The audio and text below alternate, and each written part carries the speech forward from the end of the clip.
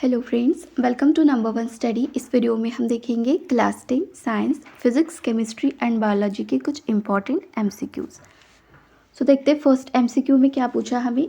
Minerals acids are stronger acid than carboxylic acid because. अब यहाँ पे पूछा है कि जो मिनरल एसिड्स होते हैं वो स्ट्रॉन्गर एसिड से देन कार्बोक्सिलिक एसिड से। तो इसका रीज़न क्या है। यहाँ पे चार ऑप्शन गिवन है आपको। फर्स्ट है मिनरल एसिड कंप्लीटली आयोनाइज्ड होते हैं, कार्बोक्सिलिक एसिड भी कंप्लीटली आयोनाइज्ड होते हैं, मिनरल एसिड पार्शियली आयोनाइज्ड होते हैं और कार्बोक्सिलिक एसिड पार्शियली आयोनाइज्ड होते हैं। अब इनमें से आपको चूज़ करना है। सबसे पहले तो कंप्लीटली आयोनाइज्ड और पार्शियली आयोनाइज्ड समझते क्या होता है। कंप्लीटली आयोनाइज्ड क्या होता है ना कि मतलब ऐसे एसिड जो क्या करते हो, बहुत ज़्यादा नंबर पर H+ आयन जनरेट करते हैं, सो उन्हें बोला जाता है कंप्लीटली आयोनाइज्ड। और पार्शियली आयोनाइज्ड हम उन्हें बोलते हैं जो लेस नंबर पे H+ आयन जनरेट करते हैं। तो यहाँ पे मिनरल एसिड को स्ट्रॉन्गर बोला है कार्बोक्सिलिक से। तो इसका मतलब क्या कि मिनरल एसिड कंप्लीटली आयोनाइज्ड है और कार्बोक्सिलिक एसिड पार्शियली आयोनाइज्ड। तो आपके करेक्ट ऑप्शन क्या है फिर, option A and option D. देखो mineral acid completely ionised, carboxylic acid partially ionised. तो आपका फर्स्ट जो ऑप्शन है ये सही होगा, ए एंड डी वाला। सेकेंड क्वेश्चन देखते हैं। यहाँ पे आपको पूछा है 4 metal Zn FeCu and Al, zinc, ferrous, copper and aluminium are taken and added to the following solution. तो इन्हें इन मेटल को ऐड किया जा रहा है इन सोल्यूशन में। सोल्यूशन है आपके ZnSO4, FeSO4, CuSO4 and Al2SO4/3। और रिजल्ट जो है यहाँ पर टैबुलेटेड है। अब क्वेश्चन देखते हैं, क्वेश्चन क्या किया हमें। यहाँ पे पूछा है from the above data the decreasing order of the reactivity metal is. अच्छा, डिक्रीजिंग ऑर्डर में हमें रिएक्टिविटी मेटल की लिखनी है। डिक्रीजिंग मतलब पहले तो हायर रिएक्टिविटी वाला आएगा, ठीक है, फिर उसके बाद कम रिएक्टिव, उसके बाद कम रिएक्टिव। तो ऐसा आपको चूज़ करना है। देखते रिजल्ट क्या है। यहाँ पर देखो क्या हो रहा है ना कि Zn जो है, अगर हम ZnSO4 में ऐड करते तो ZnSO4 का ZnSO4 ही आएगा, ठीक है। बट Zn को अगर हम FeSO4 में मिलाते तो यहाँ पे जो झिंक है ना ये काफ़ी ज़्यादा रिएक्टिव है फेरस से। तो ये फेरस को यहाँ से डिस्प्लेस कर देगा, इसीलिए यहाँ पर रिजल्ट लिखा है डिस्प्लेस। सेम CuSO4 के साथ भी कॉपर के कंपैरिजन में जिंक रिएक्टिव है, सो कॉपर को डिस्प्लेस कर रहा है, इसीलिए यहाँ पर डिस्प्लेस। बट एल्यूमिनियम जो है ना ये काफ़ी रिएक्टिव है इन सब के कंपैरिजन में, तो इनमें से कोई भी एल्यूमिनियम को नहीं हटा पाएगा, ठीक है। सो यहाँ पे नो रिएक्शन आएगी। फेरस के साथ देखते हैं, फेरस जो है वो लेस रिएक्टिव है जिंक से, तो यहाँ पे जिंक को वो डिस्प्लेस नहीं कर पाएगा, इसीलिए नो रिएक्शन। FeSO4 में Fe मिलाएंगे तो FeSO4 ही आने वाला है। CuSO4 में अगर हम Fe को प्लस करते तो क्या होगा, फेरस कॉपर के कंपैरिजन में रिएक्टिव है, ज़्यादा रिएक्टिव है, कॉपर को डिस्प्लेस कर रहा है, इसलिए यहाँ पर डिस्प्लेस्ड। और एल्यूमिनियम तो सबसे ज़्यादा रिएक्टिव है, फेरस उसे डिस्प्लेस नहीं कर पाएगा, सो नो रिएक्शन यहाँ पे। कॉपर लेस रिएक्टिव है सबके कंपैरिजन में, इसीलिए हर एक इसमें नो रिएक्शन। और एल्यूमिनियम तो सबसे ज़्यादा रिएक्टिव है, हर किसी को डिस्प्लेस करेगा, जिंक को भी करता है इसीलिए डिस्प्लेस, Fe को डिस्प्लेस करता है इसीलिए यहाँ पर डिस्प्लेस है, और कॉपर को भी डिस्प्लेस करता है इसलिए यहाँ पर डिस्प्लेस है। तो हम यहाँ पे देख पा रहे हैं कि एल्यूमिनियम सबसे ज़्यादा रिएक्टिव है ना, सबको डिस्प्लेस कर रहा है। इसके बाद अगर किसी ने डिस्प्लेस किया है तो वो है जिंक, है ना, 2 बार डिस्प्लेस किया है, सो नेक्स्ट नंबर आएगा जिंक का। फिर देखो यहाँ पर फेरस ने भी किसी एक को डिस्प्लेस किया है तो Fe आएगा, और Fe के बाद आएगा Cu, इसने किसी को भी डिस्प्लेस नहीं किया तो Cu आएगा एंड में। सो आपका करेक्ट ऑप्शन क्या होगा फिर, option number 2 that is Al is मतलब Al सबसे ज़्यादा reactive, then zinc, then ferrous and then copper.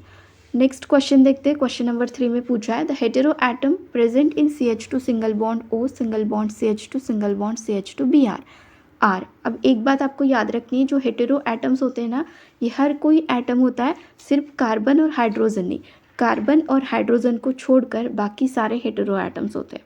सो ये दोनों तो कट चुके हैं। आपके सही ऑप्शन क्या है फिर, ऑक्सीजन और ब्रोमीन। तो देखते हैं ए और डी किस में है, 4th नंबर में, ए एंड डी। सो आपको लिखना है ऑप्शन नंबर 4। नेक्स्ट क्वेश्चन देखते हैं, question number 4। Amit check the order of onion juice and then he added few drops of onion juice in dilute HCl and dilute NaOH solution in separate test tube. मतलब 2 test tubes हैं, एक test tube में dilute HCl है, second test tube में dilute NaOH है। दोनों में ये क्या कर रहा है, अनियन जूस डाल रहा है, और वो क्या ऑब्जर्व करेगा ये आपको बताना है। ऑप्शन यहाँ पर गिवन है, फर्स्ट है order of onion juice in sodium hydroxide get vanish. जैसे वो सोडियम हाइड्रोक्साइड में अनियन जूस डालता है तो अनियन जूस का जो ऑर्डर है वो बिल्कुल वैनिश हो जाता है, तो ये ऑप्शन सही है। सोडियम हाइड्रोक्साइड में ऐसा होता है, अनियन जूस का जो ऑर्डर है वो गायब हो जाता है। Second option, order of onion juice in dilute hydrochloric acid remain same. लेकिन अगर हम हाइड्रोक्लोरिक एसिड में अनियन जूस डालेंगे तो अनियन जूस का स्मेल रहता है। सो बी ऑप्शन भी सही है। C option, onion act as olfactory indicator. Onion जो है ऑल्फैक्टरी इंडिकेटर है, ये भी सही है। सो आपका करेक्ट ऑप्शन होगा fourth, that is A, B और सी, तीनों ऑप्शन सही होंगे।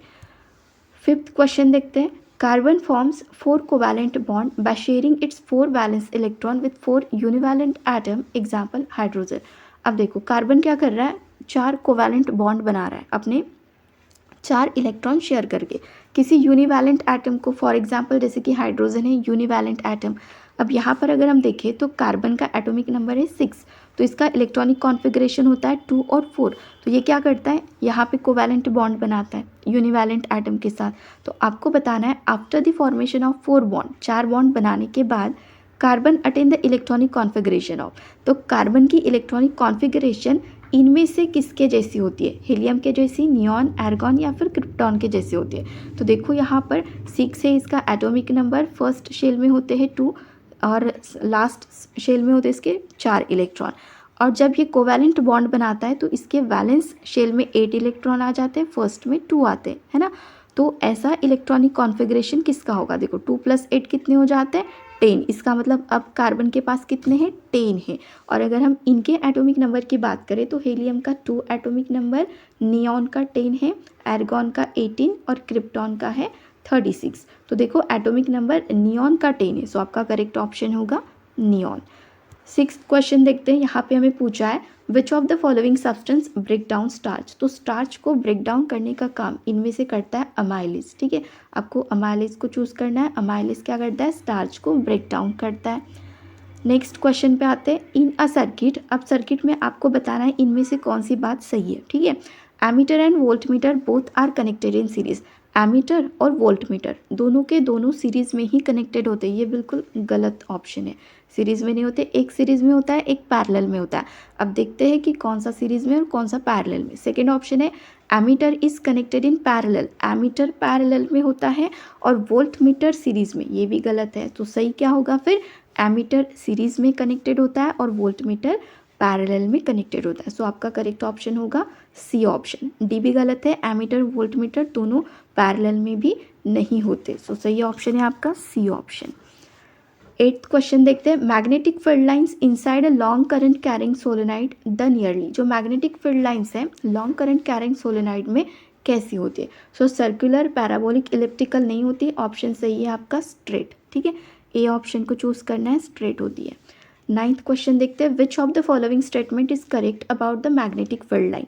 मैग्नेटिक फील्ड लाइन के केस में इनमें से, इन चारों में से कौन सा ऑप्शन या फिर कौन सी लाइन सही है। सो फर्स्ट है आपका statement, two magnetic field lines can never intersect one another. जो दो मैग्नेटिक फील्ड लाइंस हैं वो कभी भी एक दूसरे को इंटरसेक्ट नहीं करती, ये बिल्कुल सही ऑप्शन है। बाकी के भी चेक कर लेते हैं। Magnetic field lines can freely intersect with each other, कभी भी इंटरसेक्ट नहीं करती, ये रॉन्ग है। In air magnetic field line start from S pole and end at N pole, ये भी रॉन्ग ऑप्शन है। Magnetic field lines start from N pole and S pole and go up to infinity, ये भी wrong है।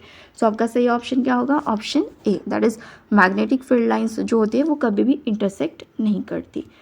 10th question देखते हैं। The most suitable substance for making the core of an electromagnet is. सबसे suitable substance जिससे क्या बना सकते हैं, कोर ऑफ इलेक्ट्रोमैग्नेट बना सकते हैं, तो वो होता है आपका soft iron. Copper, silver, aluminium को चूज नहीं करना है, आपका सही ऑप्शन है सॉफ्ट आयरन। क्वेश्चन नंबर 11 देखते हैं। द नेम ऑफ कंपाउंड, इसका नाम बताना है। देखो CH3, CH2, CHO, इन पे क्या है ना, आपको कार्बन पर ध्यान देना है। CH3 है, देन CH2 है और फिर है आपका CHO। कितने कार्बन है यहाँ पर, 3 कार्बन। और थर्ड नंबर पे जो आता है मीथेन, इथेन और क्या आता है, प्रोपेन आता है। बट यहाँ पे क्या लगा हुआ है, OH ग्रुप लगा है। OH किसका ग्रुप है, अल्कोहल, है ना। तो प्रोपेन को हम क्या बोलेंगे फिर, प्रोपैनल। ठीक है, सो आपका करेक्ट ऑप्शन होगा बी, प्रोपैनल। नेक्स्ट क्वेश्चन पे आते हैं, ethanol affects on litmus paper. Ethanol litmus paper पे कैसे अफेक्ट करता है? Slightly, mostly, never, none of this. तो इथेनॉल जो है ना वो न्यूट्रल रहता है नेचर में। न्यूट्रल है तो लिटमस पेपर पे कोई अफेक्ट करेगा क्या? नहीं। सो आपका करेक्ट ऑप्शन होगा नेवर। इथेनॉल न्यूट्रल होता है, इसका ऑप्शन आएगा नेवर। 13 क्वेश्चन देखते हैं, which organ in human body is the most affected by the excessive intake of alcoholic drink. काफ़ी ज़्यादा अल्कोहलिक ड्रिंक अगर हम लेते हैं सो हमारे बॉडी का कौन सा ऑर्गन सबसे ज़्यादा अफेक्ट करेगा? सो इसका ऑप्शन है लिवर। लिवर पे अफेक्ट होता है, किडनी, हार्ट और बोथ ए एंड बी नहीं चूज़ करना है, सिर्फ लिवर आएगा इसका आंसर। नेक्स्ट क्वेश्चन पे आते हैं 14, which substance is commonly added to ethanol. Ethanol में ऐसा कौन सा सब्सटेंस है जो कॉमनली ऐड किया जाता है जिससे कि वो अनफिट हो जाए ड्रिंकिंग के, मतलब पॉइजनस बन जाए और कोई उसे ड्रिंक ना कर पाए? सो इसका आंसर है मिथेनॉल। ठीक है, मिथेनॉल ऐड किया जाता है जिससे कि वो पॉइजनस बन जाता है और फिर कोई ड्रिंक नहीं कर पाता इथेनॉल को। नेक्स्ट क्वेश्चन पे आते 15, CO2 and water are. CO2 और वाटर दोनों के दोनों इनऑर्गेनिक सोर्सेस है। सो करेक्ट ऑप्शन है आपका inorganic sources. 16th, the food produce by photosynthesis is. Food जो फोटोसिंथेसिस प्रोसेस से फूड प्रोड्यूस होता है वो कौन सा होता है? वो होता है ग्लूकोज। सबसे पहले वो ग्लूकोज के ही फॉर्म में होता है, फिर इसका ब्रेकडाउन होता है और फिर स्टार्च में वो कन्वर्ट होता है, लेकिन आपका करेक्ट ऑप्शन होगा ग्लूकोज। 17th क्वेश्चन देखते हैं, chlorophyll perform one of the following function. देखो क्लोरोफिल क्या फंक्शन परफॉर्म करता है? क्लोरोफिल का काम क्या होता है? जो सनलाइट आती है ना, लाइट एनर्जी, उसको एब्जॉर्ब करके रखने का। तो यहाँ पे 4 ऑप्शन है, absorption of light energy, reduction of CO2, storage of food and splitting of water molecule. तो सही ऑप्शन होगा आपका एब्जॉर्प्शन ऑफ लाइट एनर्जी।